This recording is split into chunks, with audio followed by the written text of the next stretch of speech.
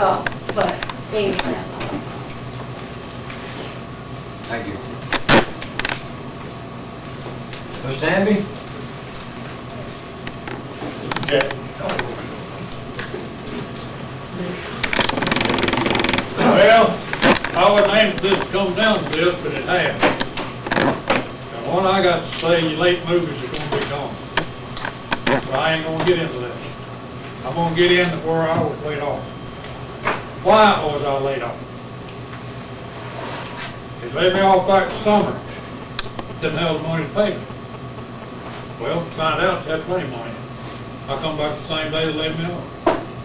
But it made some people wrong mad because I got to come back to work. They come up with this crap about me. Wasn't no weed eating to do. Had plenty of other stuff to do besides weed eating. And the superintendent, or whatever you may call him, carried home 3 times as much money as I did. And does nothing. I mean, absolutely nothing. He rides around all day in the truck.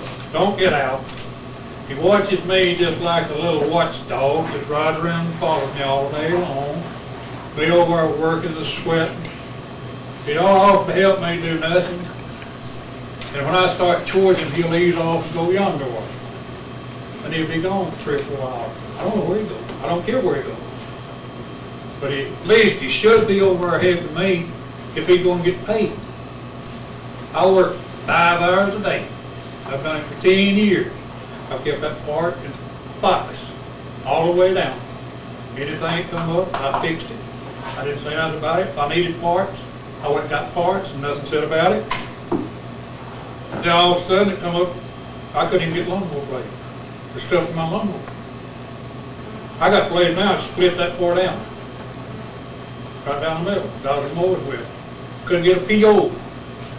He wouldn't get any PO. Called a meeting, hadn't met. I go down here at Jolly's, I said, give me a set of lawnmower blades. You got a PO? I said, I don't need a PO. I'll sign the ticket. When I did. I come back up. The time I left that store, he walks in and wants to know what I was doing there. Just like it's in his business. They told him. Oh, they said he just got fat mad. Blew out there and said, I'll just go far and he ain't got the right to buy a lawnmower blade. Well, who has? That's something you better have. In other words, when they laid me off the other day, Mr. Owens come right into the park, went to work. Just like it. That was his job.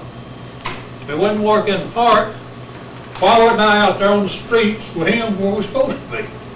That was the thing about it. When I got slack, I helped him. Well, if I went out on the street, he'd have went to work. Well, that's the reason they laid me off. And another thing, the day I left, he put padlocks on the bathroom so he wouldn't have to clean them. Because he told me one day he would not go in them bathrooms to see the messes in. And I tried to get him to, and he wouldn't do it. He drove off. And that's all he'd get paid for, was to bird dog me all day long. And run down here to Mr. Evans, over here to Larry's, over to Kansas. That's where you find him. Well, what good's that doing? And they're always short of money. I might carry home $150 a week. And I kept everything up until he come over there. And then he got to come over there and messed up everything. To run a baseball field. Come over there, when they tear down the dugout closed down. I asked him, I said, going to use that old top? No, we're not going to use it. We're going to put a new top. I said, well, I'd like to have the old top. You can't have it. You work for the town. I said, well, what are we going to do with it? We're going to put it right there in that building and store it. Next day I come over, I asked him, I said, let's get down there and get that top off. Get that mess cleaned up. Oh, we ain't going to have to do that. So them people down there are going to do that. They're going to take the top off, clean up the mess. I go down there and ask him.